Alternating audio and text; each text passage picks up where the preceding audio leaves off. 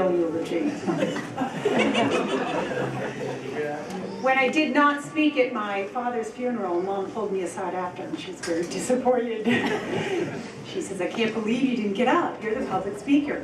And I said, it was time to give someone else a chance. But what I recognized when Stevie did Mom's or Dad's funeral is that he really missed out. He had that first part of the family nailed, didn't he? I mean, he was Dad, right? But it was not necessarily my memory. I was like so thankful to hear all that information, but it wasn't my experience. So we had a different experience. So I'm going to share a little bit of my experience with my mom. And I'm going to let you know that the biggest thing I'm going to miss is that confidant, that person that you could go to, right? Sarah's in the room. She knows what I mean, right? She gave great advice. She just did. She had sound advice. And my mom could keep a secret, unlike the rest of the family. So we have an expression, you've heard it before, telephone, telegraph, tele-Lynch. That's one of them. And then the other one is, I can keep a secret. It's the sister I tell who can't.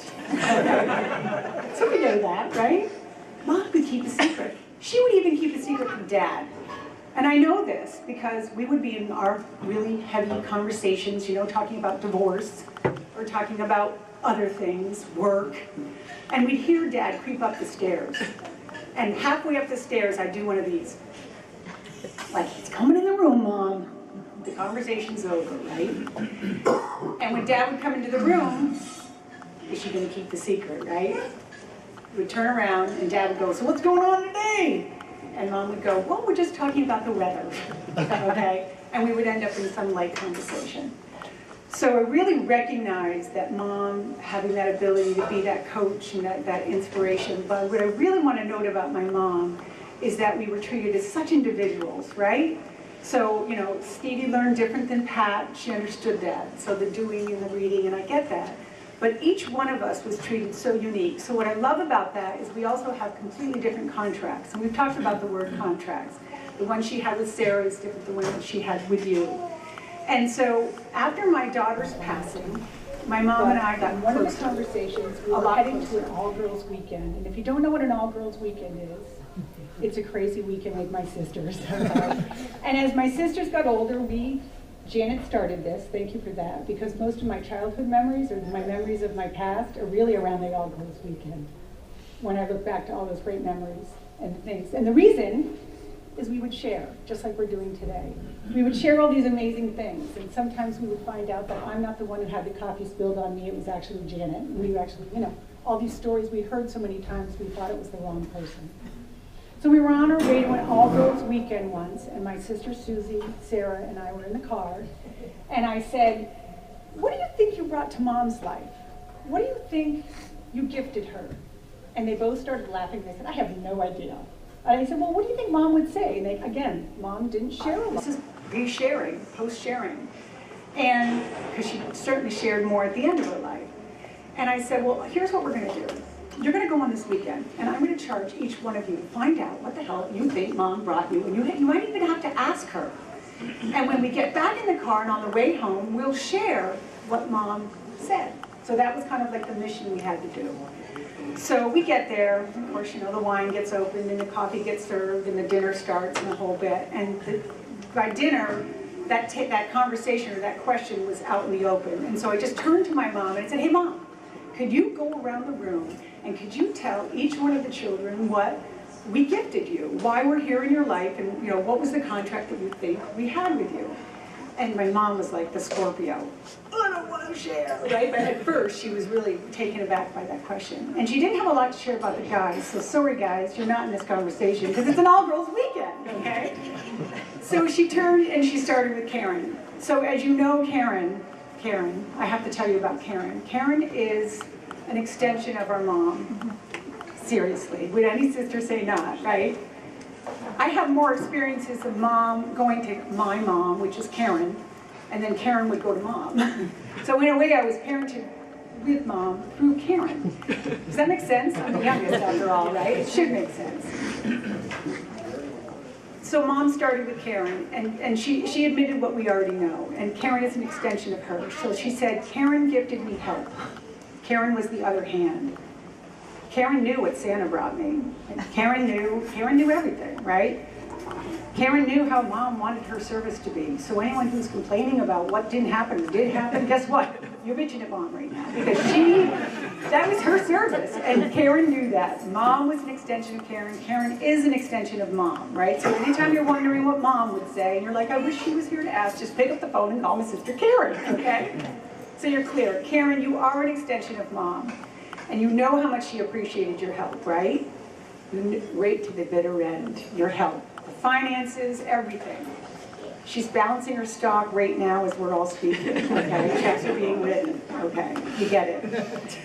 So Karen, that's what you gifted Mom. Janet, do you know? Energy. She said that Janet brought so much energy into the house. Conflict. No, not the kind of energy I'm talking about. I'm talking about. She did not mean positive. She did. So negative energy? Janet always hears what she wants to hear. Okay? I'm the positive one She here. used the word instigator. Memories. Okay, my story, my memory. Like, she just brought in energy, and I remember that, and I remember feeling in that moment where she admitted that this is what you brought Mom. I remember going, oh my God, that is so true. You brought energy into the family. Thank you. I was part of that, okay? Pat, Steve, Karen, Jen, Sarah. Where's Sarah? Sarah. Sarah brought love. That makes me sad, because she really does. She loves everybody. And how do we know this? Because she'd crawl in your lap and she'd just tell you that, right? So Mom was a little concerned about that. She just loved everybody. And it didn't matter what you did to her or what you did, she just wanted love. She'd touch your face, right? And she just loved me. And you know what? You haven't changed. And you finally have, well, finally, if the ex-husbands are in the room, I'm sorry. You finally have experienced and you're witnessing love, okay? And you know, Mom, I think, is ready to go because she knew that. She'd probably still be sitting here hoping for you and hoping you understand that. But today, she knows you're in love. You are loved, okay? We all love you. Thank you for bringing love into the family. Okay, Susan. Susan was a challenge. Where is she? Susan brought, what's the word? Don't say it, anybody. Her imagination. Don't ever underestimate what it's like to have an imagination, because this woman has it, okay? So she brought in playing, Helen Keller, you know. What was the other one? Oh, there's so many different games. Orphanage. She played orphanage. Hide the park. It was Mom's nightmare with Susan's dream. So there's a story about that. Susan actually has an imaginary friend. I don't think she's sitting next to you. If you're not, you're sitting on her. Catherine. Okay, so Catherine was Susan's imaginary friend. And so Mom's like, so why don't you invite Catherine over?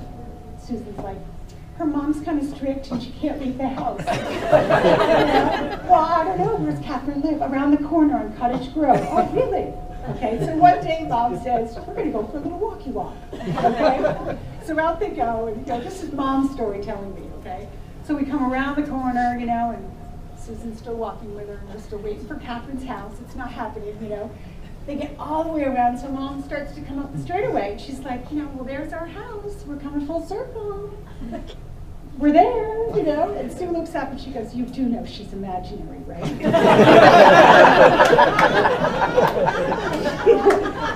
And Mom looks down and she goes, well, I did, but I didn't know.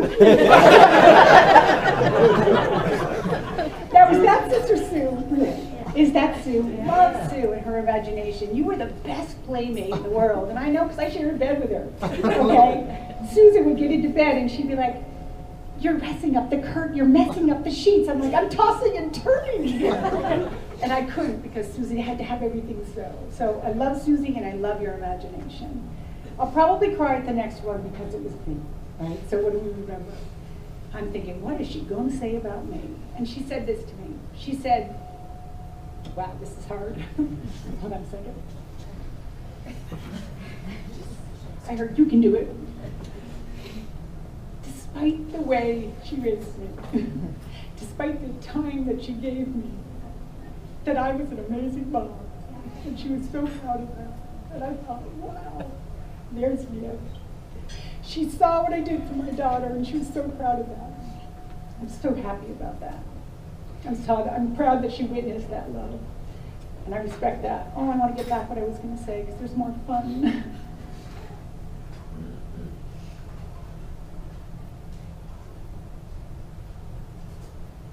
I want to acknowledge Mom's ability to parent us all differently and to see our strengths and to see our weaknesses. And let me tell you, she could see our weaknesses, couldn't she? She was the first to point them out, okay? And that's okay, because she always wanted us to be the best that we could be, even if it was her ideal of that. And I'm okay with that, because I am the person I am today because of that push. That push. And she was still pushing me. Recently, we talked, and she's like, why aren't you working? You're missing your retirement, you know. You could be saving for your 401k. And I'm like, Mom, you've been praying for me for years. I'm sitting on a yoga mat and I'm happy. Can you really understand that? And I think she finally got it when she left, okay?